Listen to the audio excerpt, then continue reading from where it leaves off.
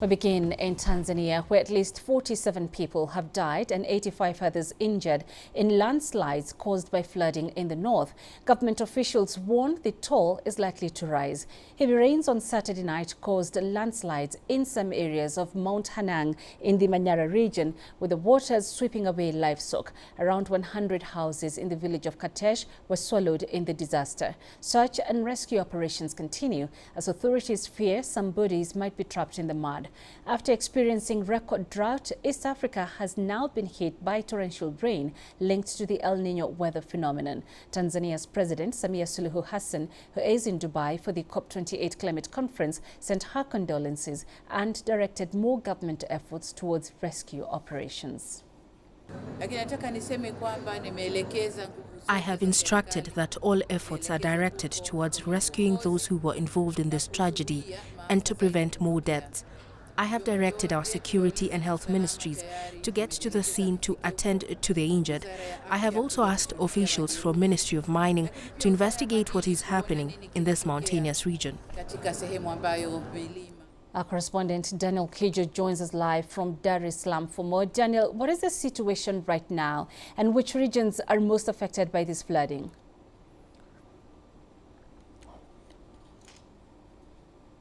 Thank you, Panina. Indeed, the regional commissioner for Manyara, Queen Sendika, has confirmed the number now to be at 47 dead and about 85 plus injured. We know that the area has been hit by the floods and landslide, and like you touched on, the number is very much expected to rise.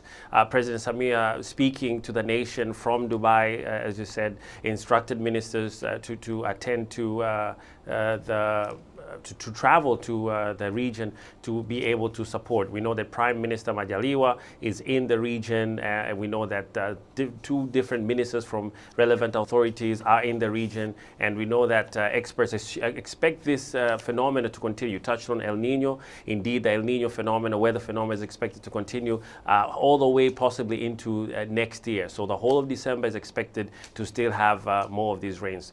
Regions like the capital city, Dar es Salaam, as well as Kigoma, as well as Kagera, Geita, Unguja, which is near the islands, have severely been hit by unusual rainfall over this period, over the last 2 months or so. And of course, it has led to the deaths that we're seeing and a lot of destruction to property. We know that the mudslide has congested roads, has affected the infrastructure in the region. We know that also the risk of waterborne diseases like cholera are at play as well. So the different relevant ministers for the community, Minister for Infrastructure. We also know Tanzania Roads Authority, TAN Roads, special experts are also there to sort of clear the infrastructure and some of the roads that have been blocked. So that is what is happening now. As the president has instructed from Dubai, a significant amount of the government's effort are now focused on this region to ensure that not just that on the death toll that happened and to secure those who are injured, etc., but also to ensure that this does not continue, considering the rains are still ongoing. Right. So, Daniel, you did talk to us that these rains are projected to go on till the end of this month, December. Talk to us about the plans in place to prevent casualties and damage to property.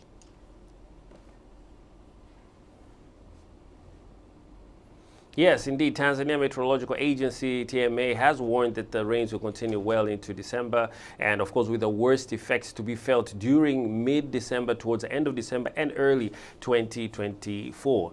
President Samia Suluhu Hassan has insisted that the situation has to be contained, and now obviously the national forces the army has been deployed as well to support other agencies. You know, damaged infrastructure is being cleared by TAN Roads and the army as well, and they are now devising a plan to ensure that as the effects of El Nino continue, that this area and similar areas that have been prone to flooding and mudslides are contained. You had touched on as well that the president has instructed geologists and relevant experts to look at how to contain landslides, because it's speculated that due to the rainfall, a significant amount of mud from Mount Hanang fell down and gathered traction, of course, collecting trees and debris and rubbish, and then flowed into people's homes, filling homes with mud, and then obviously injuring people and killing them, some from obviously drowning in the water, as well as injuries from the infrastructure around them. So the government is now devising a plan to ensure that as the El Nino continues, these areas can be contained. It could entail closing off some areas. It could entail moving some residents from these high-risk areas. So we're waiting to hear how the government will, what strategy the government will come with after this catastrophe that happened in Hanang. But as it stands there, being a coastal area, as in the Horn of Africa, Tanzania, especially the regions I touched on, are at high risk for such disasters, even in future. So the government is looking to ensure that they create a sustainable plan to be able to mitigate these climate change effects that the citizens are seeing right now.